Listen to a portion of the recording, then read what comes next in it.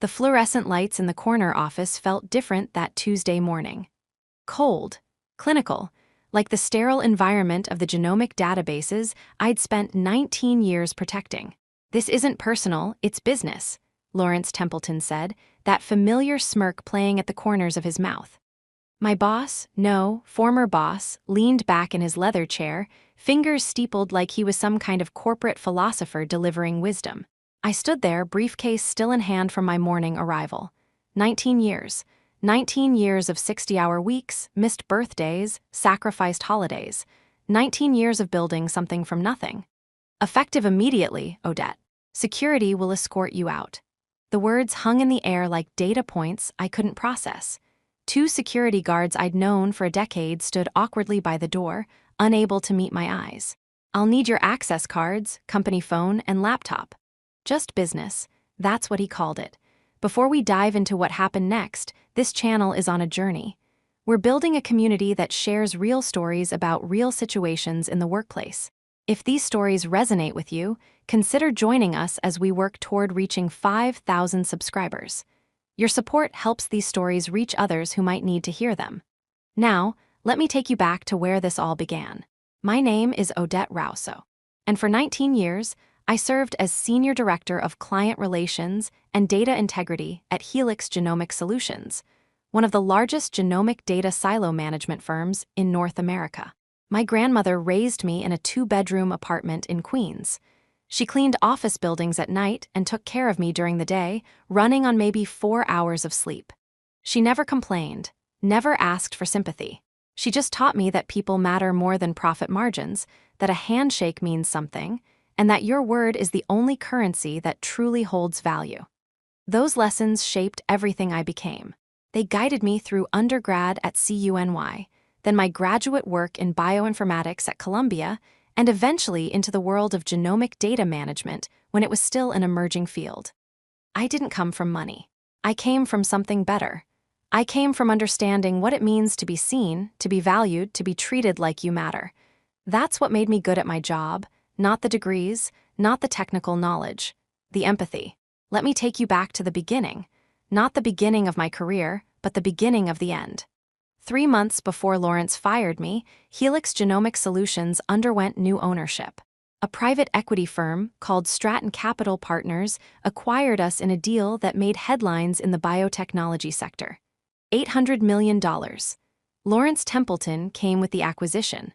42 years old, Harvard MBA, a resume that read like a greatest hits of corporate restructuring. Which is really just a polite way of saying he'd made his career cutting costs and maximizing shareholder value. He called an all-hands meeting his first week. "I appreciate everything this team has built," he said from the front of our main conference hall, "but appreciation doesn't pay dividends. We're going to streamline operations, eliminate redundancies, and optimize our overhead structure." Corporate speak for, people are going to lose their jobs.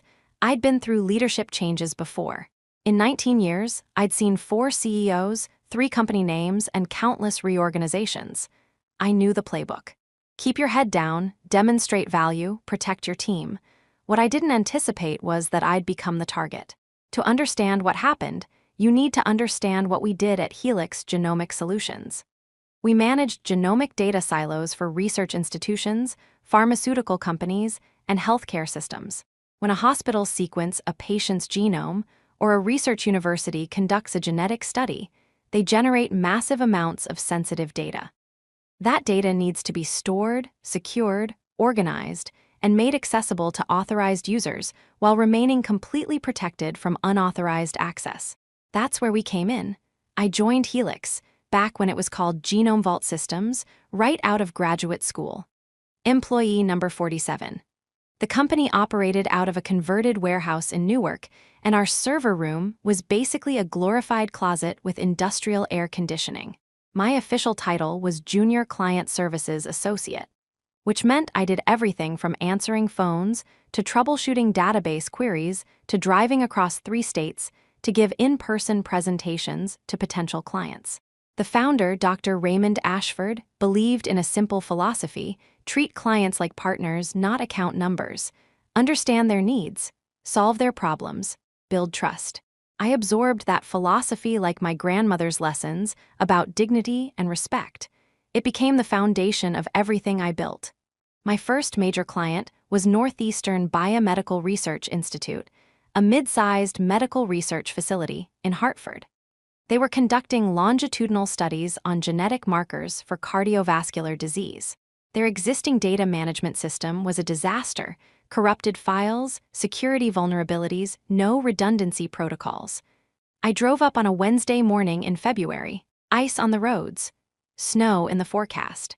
I arrived 2 hours early and sat in my car, reviewing every detail of their account, every conversation we'd had, every concern they'd expressed. Dr. Helen Kozlowski, their research director, met me in the lobby. "You're the one I've been talking to on the phone," she said, shaking my hand. I expected someone, older. I was 24. I looked 20. I smiled. "Age doesn't secure data, Dr. Kozlowski. Systems do. Let me show you what we've designed for your specific needs."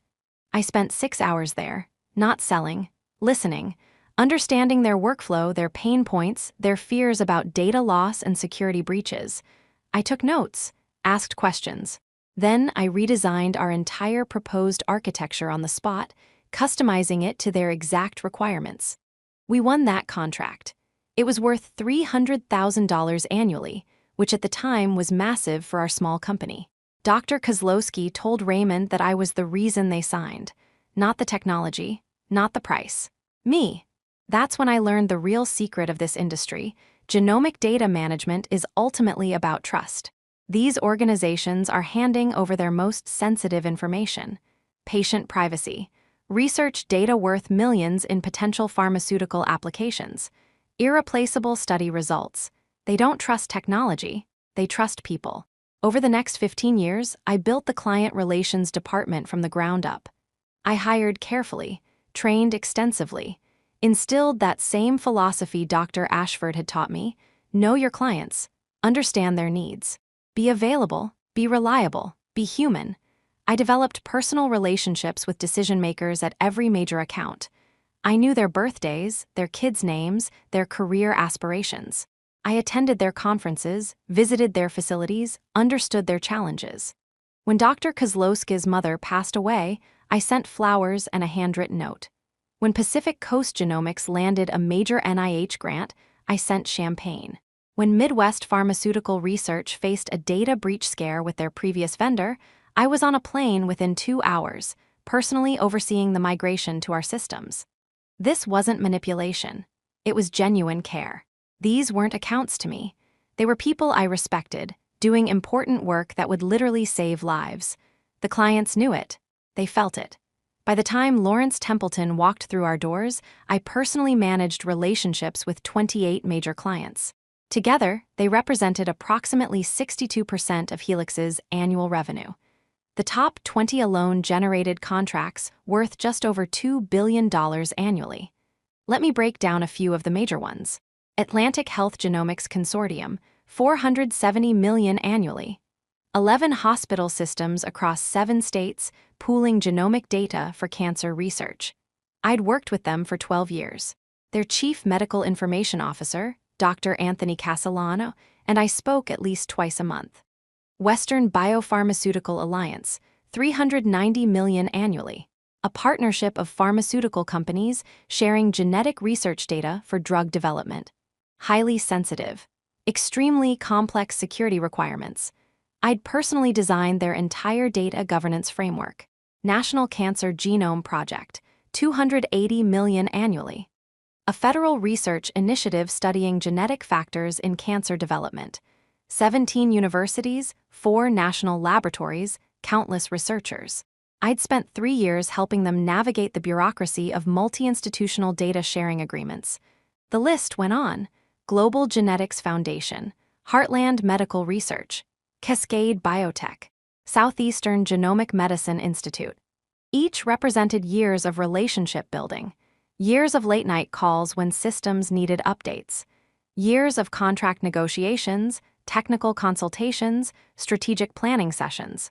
I knew every principal investigator, every IT director, every procurement officer, every legal counsel. But here's what made my role unique. and what Lawrence Templeton either didn't know or didn't care about: the signature authority. In genomic data management, contracts aren't simple service agreements. They involve complex legal frameworks around data ownership, privacy compliance, liability, security protocols, and breach notification requirements. Given the sensitivity and complexity, our largest clients required designated signature authority, meaning specific individuals authorized to execute contract amendments, approve system changes, authorize data access requests, and handle security protocols. For my 20 largest clients, I held primary signature authority. This wasn't unusual or suspicious. I'd built these relationships over years, sometimes over a decade. The clients trusted me personally. Their legal teams knew me. Their compliance officers had my direct number. When Pacific Coast Genomics needed emergency authorization for expanded data access after a researcher made an unexpected breakthrough, they called me at 11 p.m. on a Saturday. I reviewed the request, verified the authorization protocols, and executed the approval. The researcher had access by midnight. The breakthrough led to a phase II clinical trial that's currently showing promising results for pediatric leukemia. That's why signature authority mattered. Speed, trust, expertise. Dr. Ashford had established this system years ago. When he retired and sold the company the first time, it continued. Through multiple ownership changes, it continued. The signature authority wasn't power. It was responsibility. It was the physical manifestation of the trust these clients placed in us. Lawrence Templeton saw it differently. "Walk me through your client management structure," Lawrence said during our first one-on-one meeting. I'd prepared a comprehensive presentation. Client profiles, revenue breakdowns, contract timelines, growth projections, relationship maps. "Our model is relationship-based," I explained. "Each account manager owns their client relationships fully. They're the single point of contact, which creates continuity and trust." Lawrence scrolled through his laptop, barely glancing at my presentation. "Single point of contact is a single point of failure," he said. "What happens if someone gets hit by a bus? We have backup protocols and knowledge transfer systems. What I'm seeing is concentration of power. You personally control over 60% of revenue. That's not a sustainable business model." Control, that word bothered me. "I don't control the clients, Lawrence. I serve them. There's a difference." He looked up then, that smirk appearing. "Is there? Because from where I'm sitting, you've made yourself indispensable, which is smart job security, but terrible for the company." I kept my voice level. These relationships took years to build. The clients value consistency. If we start rotating account managers, we'll lose trust. Trust is a luxury. Efficiency is a necessity. He closed his laptop. "I want you to develop a transition plan. Distribute your accounts across the team. I want no single employee managing more than 15% of revenue. That will require client approval. Many of these contracts specify. Then we'll renegotiate the contracts. It's time these clients understood they have a relationship with Helix Genomic Solutions, not with Odette Rousseau." That was month 1. Month 2 brought the restructuring announcement. Lawrence called a department meeting. My entire client relations team, 23 people I'd personally hired and trained. "We're implementing a new organizational structure," he announced. "Moving from a relationship-based model to a pod system. Each pod will handle multiple clients with rotating responsibilities." I watched my team's faces. Confusion, concern. They looked at me for reassurance I couldn't give. "The transition will begin immediately," Lawrence continued. "Odette will provide details on the new assignments." After the meeting, I went straight to his office. "You're undermining years of carefully built relationships," I said.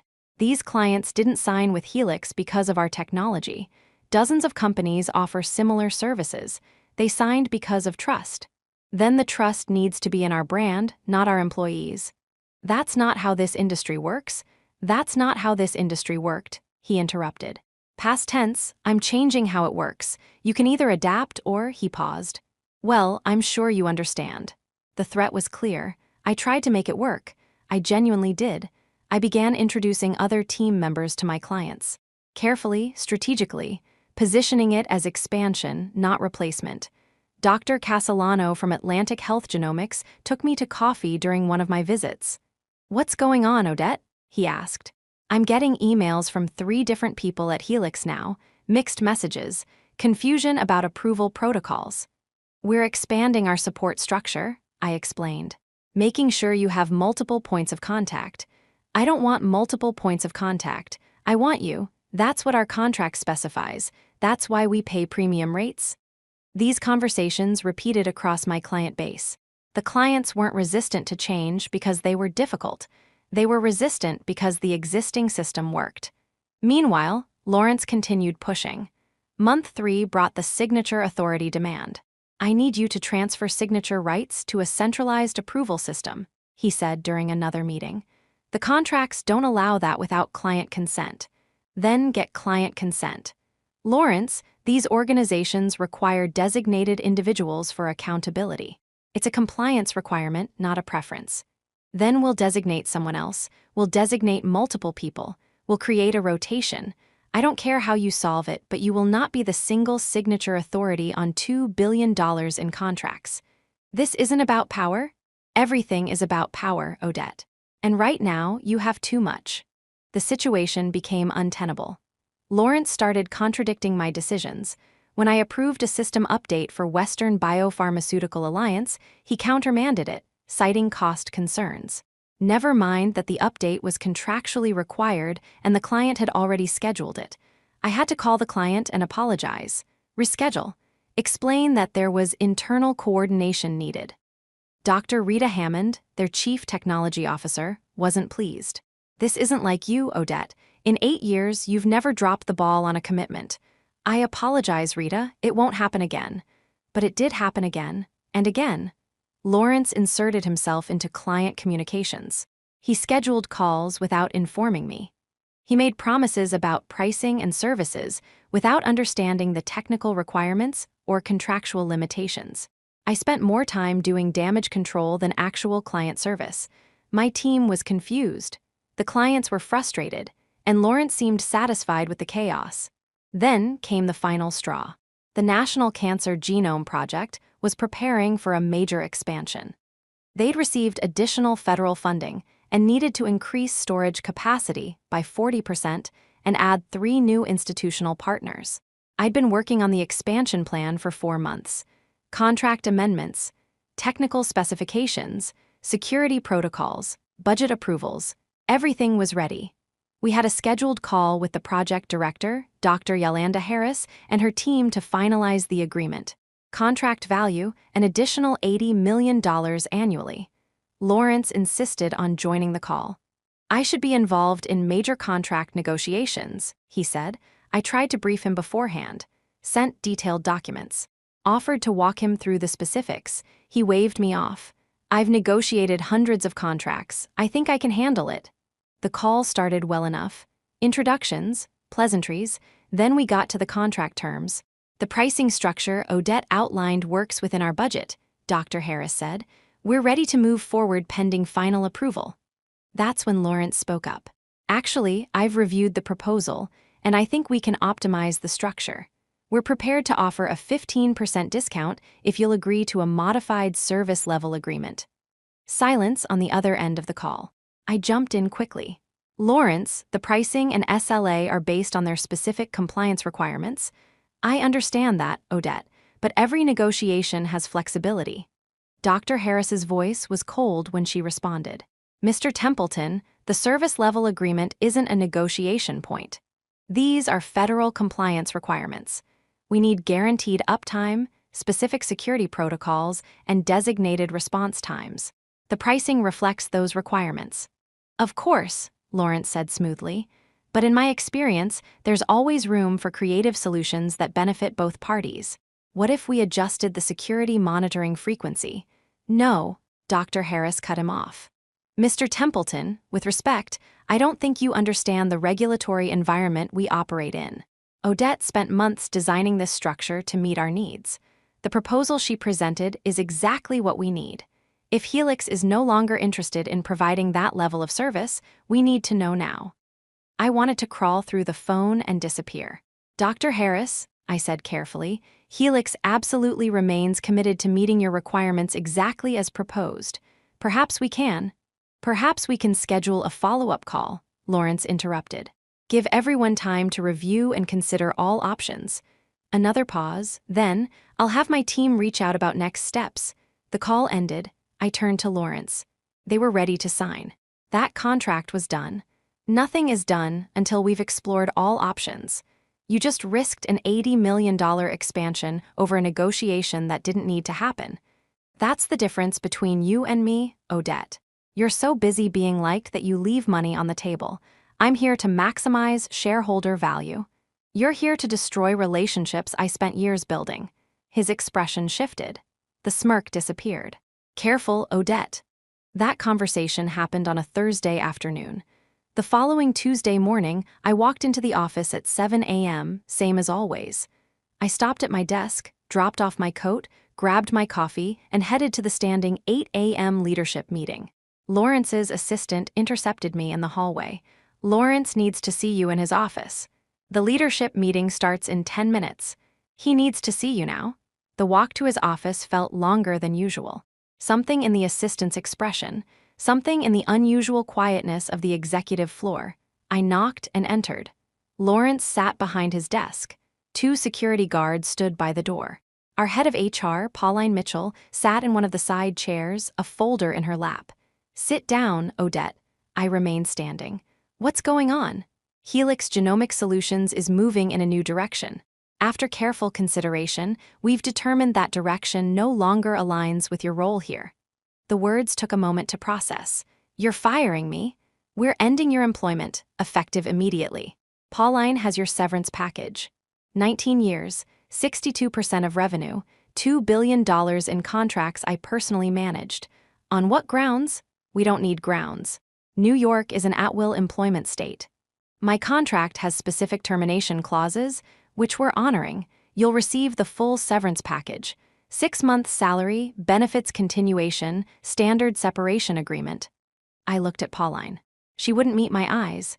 This is about the signature authority, I said. Lawrence leaned back in his chair, that familiar smirk returning. This isn't personal, Odette. It's business. You've made yourself too central to operations. That's a liability. We're restructuring to eliminate single points of failure. By eliminating me?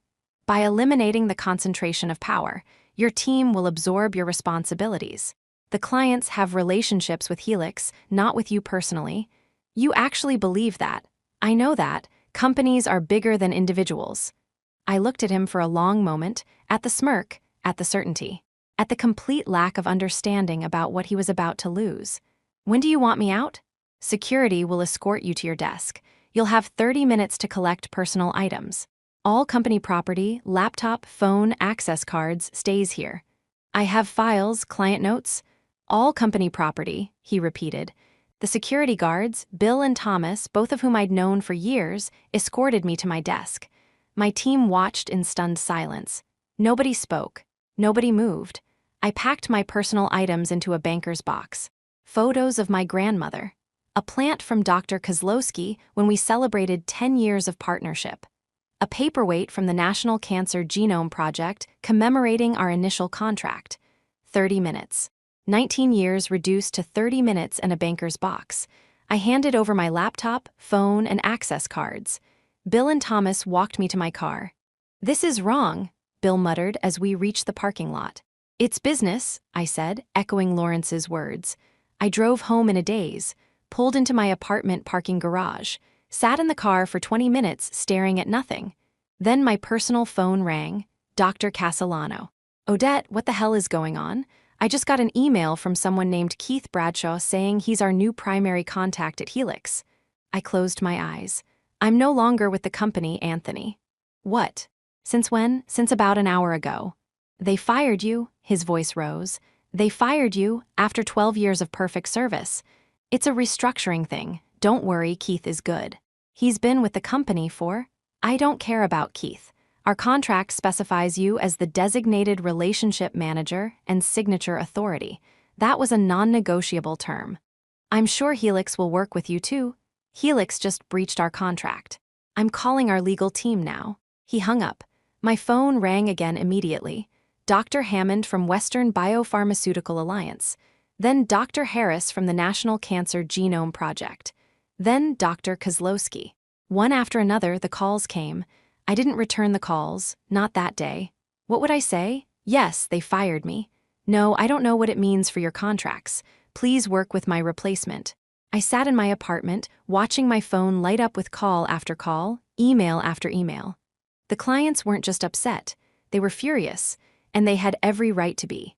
When you're managing genomic data, patient information, research results worth millions, irreplaceable study data, you don't accept sudden changes to your service agreements.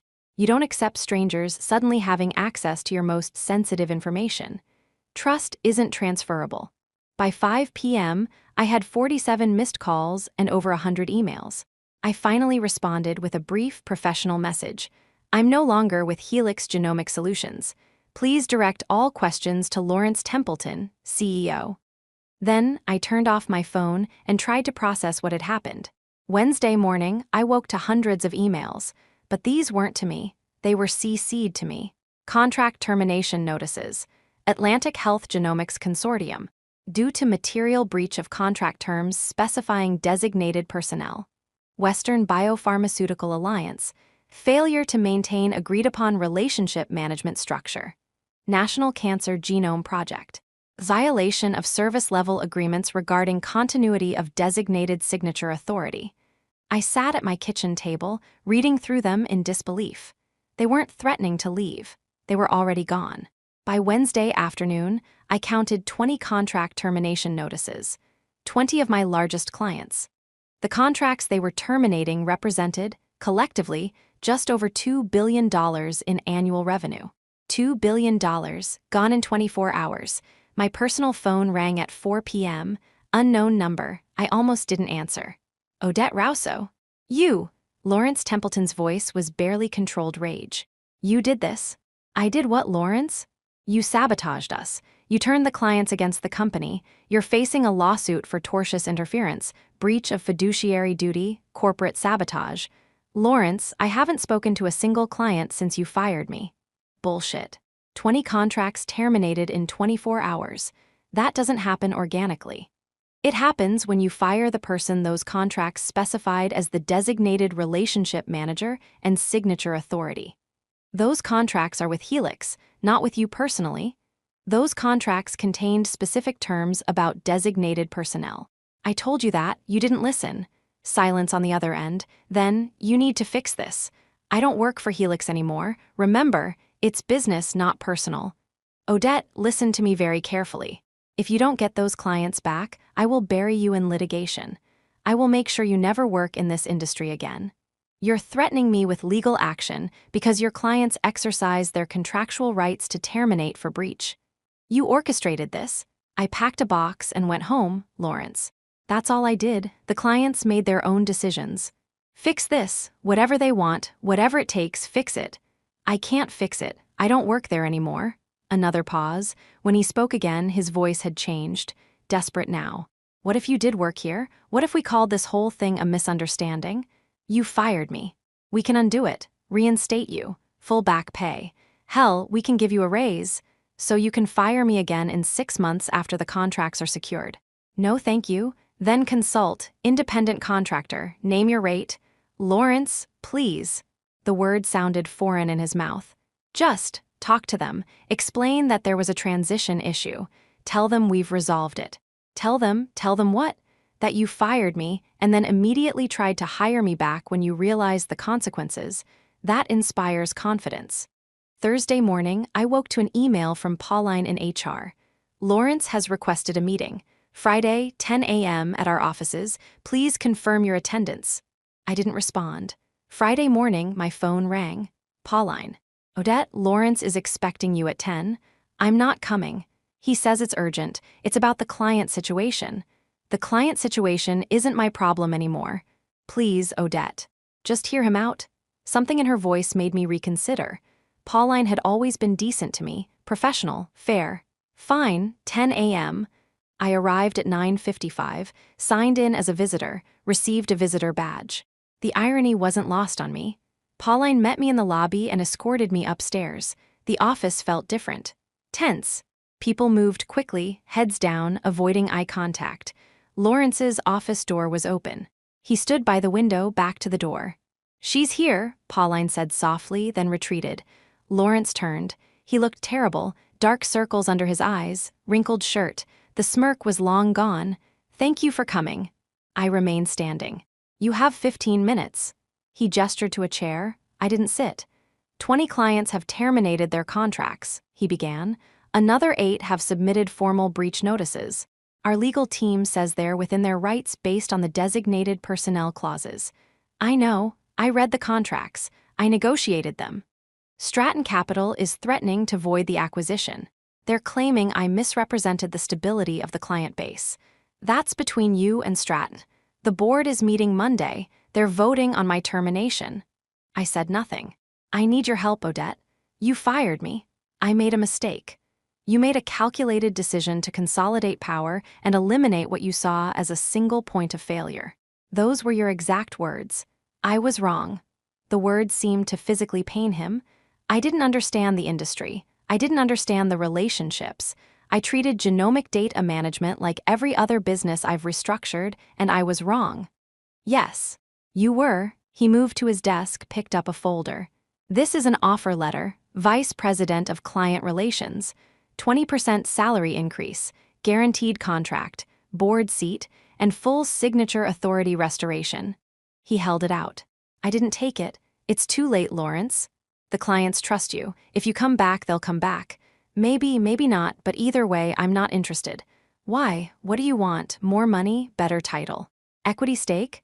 "I want to work somewhere that understands what I understood 19 years ago, that this industry is built on trust, that relationships matter, that people aren't interchangeable parts in a machine." "Helix can be that place." "No, it can't. Because you're still running it, and you fundamentally don't understand what makes this work." I turned toward the door. "Odette, wait." I paused. "Why do you hold all the signature rights?" I turned back. "What?" "The signature authority. You said you held it for the top 20 clients. I never actually understood why. Explain it to me." I studied him for a moment, then I walked back, pulled out a chair, and sat. "When Dr. Castellano's team at Atlantic Health Genomics makes a breakthrough in cardiovascular genetic research, they need immediate data access expansion. Not in 3 days after it goes through an approval committee. Immediately. Because that breakthrough might save someone's life next week. When Western Biopharmaceutical has a security concern, they need to know they can call one person who understands their entire system architecture, their compliance requirements, their data governance framework. One person who can make decisions without checking with 6 different departments. When the National Cancer Genome Project needs emergency authorization at 11 p.m. on a Saturday because a researcher halfway across the country needs access to a specific data set, they need someone who will answer the phone, someone who knows their protocols, someone authorized to make that call. Signature authority isn't about power. It's about responsibility. It's about being the person who shows up when it matters, who knows the details, who earns the trust. I stood. You can't distribute that across a pod system. You can't rotate it. You can't centralize it. Because at its core, it's about human relationships. And those take years to build. Lawrence sank into his chair. I destroyed the company, didn't it? You made a decision without understanding the consequences. That's not malice, it's ignorance. But the result is the same. Lawrence Templeton was terminated as CEO on the following Monday. The board announced a strategic realignment and began searching for new leadership. Stratton Capital Partners initiated arbitration proceedings regarding the acquisition terms. Helix Genomic Solutions revenue dropped by 64% in a single quarter. The company laid off 40% of its workforce. My former team members started reaching out. Some landed at competitors. Others left the industry entirely. Keith Bradshaw, the person Lawrence had assigned to replace me with Atlantic Health Genomics, sent me a long email apologizing for being caught in the middle of the situation. I wrote back telling him it wasn't his fault. He was just doing his job. Dr. Castellano called me 3 weeks after the firing. "We've temporarily moved our data to a backup vendor," he said, "but it's not a long-term solution. We need someone who understands our needs. We need someone we trust. There are good companies out there, Anthony. We don't want a good company, we want you. I'm one person. I can't support an operation your size independently. What if you weren't one person? What if you built a team? I hadn't considered it, hadn't let myself think beyond the immediate shock and anger of being fired. I'd need to think about it. Think fast. We need a solution in place within 60 days, or we're in breach of our own data management requirements. Dr. Hammond called next, then Dr. Harris, then Dr. Kozlowski. Same message. They needed a data management partner they could trust. They wanted to work with me, not with a company, with me. I spent a week considering it. Could I actually build a company? Did I want to? Starting a genomic data silo management firm required massive capital investment. Server infrastructure, security systems, compliance certifications, legal frameworks. I had severance pay and savings, but nowhere near enough. Then Dr. Castellano called again. What if we invested? He said.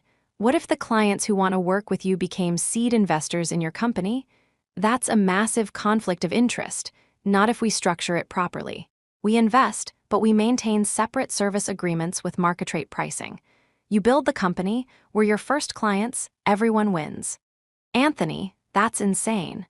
Insane is watching the cancer research my team has dedicated 15 years to because our data management vendor imploded. Insane is trusting our most sensitive patient information to the lowest bidder. This is the opposite of insane. I called my grandmother that night. She was 87, still sharp as ever. Baby girl, I don't understand half of what you do, she said, but I know you're good at it. I know people trust you. And I know that when an opportunity scares you, it's probably worth taking. It's a huge risk. So was coming to this country with nothing but a suitcase and a dream. So was raising a child alone. So was believing education could change your life. Risk is how we grow. 6 weeks after Lawrence Templeton fired me, I filed incorporation papers for Rousseau Genomic Solutions. 8 of my former clients became seed investors. Together, they committed $42 million in initial capital. I hired 3 of my former team members who'd been laid off in Helix's downsizing. We leased server space, obtained security certifications, and built systems designed specifically for the needs of our client investors. Within 4 months, we had 12 active contracts. Within 8 months, we'd expanded to 22. Within a year, we were profitable. I was in my office, our actual office, not a converted apartment or borrowed conference room, when Pauline sent me a LinkedIn message. Thought you'd want to know. Helix Genomic Solutions filed for Chapter 11 bankruptcy today. The remaining assets are being sold off. I'm part of the liquidation team. Just wanted to say I'm proud of what you built. You deserved better than what happened. I wrote back thanking her and offering to review her resume if she was looking for new opportunities. Then I returned to the contract I was reviewing for a new client. Southeastern Genomic Medicine Institute. $35 million annually. They'd specifically reached out because they'd heard about the personalized approach we took to client relationships. My desk phone buzzed, my assistant. Dr. Castellano on line 2. I picked up. Anthony, how are you? Great. Listen, I'm speaking at a conference next month about data management best practices in genomic research. I want to include a case study about our partnership. You interested in co-presenting? Absolutely. Send me the details. We talked for 15 minutes about his latest research, about his daughter's upcoming college graduation, about the improvements we were implementing to his data architecture. When I hung up, I looked around my office. Photos from client site visits, a thank you card from Dr. Kozlowski, a bottle of scotch from Western Biopharmaceutical celebrating 2 years of partnership. This wasn't what I'd planned. I'd never imagined building my own company. But sometimes the best things come from the worst moments. Lawrence Templeton taught me that, though not in the way he intended. Getting fired after 19 years was devastating. Humiliating, infuriating. It was also the push I needed to build something better. Lawrence was right about one thing: I had made myself indispensable at Helix. But not because I was hoarding power or playing political games. I was indispensable because I understood something fundamental. In an industry built on managing humanity's most sensitive information, trust isn't a luxury. It's everything. The clients didn't leave Helix because I told them to, I never asked them to, never suggested it. They left because their contracts were violated, because they lost the relationship they'd relied on, because they needed consistency and trust, and those things walked out the door the day I was escorted to my car. Lawrence saw signature authority and saw power that needed to be redistributed. The clients saw signature authority and saw accountability, reliability. Someone who answered the phone at 11 p.m. on a Saturday. That's the difference between managing people and managing relationships. Lawrence ran a company. I built partnerships. When he fired me, he didn't eliminate a single point of failure. He eliminated the foundation the entire structure was built on. My grandmother passed away 2 years after I started Rouso Genomic Solutions. She got to see the company succeed, got to see her granddaughter build something meaningful. In her final weeks, I sat with her in the hospital. "You proved it," she whispered. "Proved what, Grandma?" "That doing right matters more than doing well. You treated people like they mattered, and when it counted, they remembered." She smiled. "I'm proud of you, baby girl, not because you're successful, because you're good." Those words hang in my office now, in a frame next to her photo, because that's what this whole story is really about. Not revenge, not proving someone wrong, not even about building a successful company. It's about the simple truth my grandmother taught me in that 2-bedroom apartment in Queens. People remember how you make them feel. Lawrence Templeton thought business was about efficiency and optimization and eliminating single points of failure. He was wrong. Business, real business, sustainable business is about trust, about relationships, about showing up when it matters and being someone people can count on. You can't put that in a pod system. You can't rotate it. You can't centralize it. You can only build it, one interaction at a time, over years of consistent effort. And when someone tries to tear it down, those relationships remember. Lawrence learned that lesson the hard way. I just hope someone else learns it from his mistake. Stories like these matter because they're real. They happen every day in offices across the country. People building careers, developing relationships, trying to do good work while navigating corporate politics and leadership changes. If this story resonated with you, if you've experienced something similar, or if you just appreciate honest conversations about workplace dynamics, I hope you'll subscribe. We're building something here, a community that shares these experiences without filter or pretense. Thank you for being part of this journey.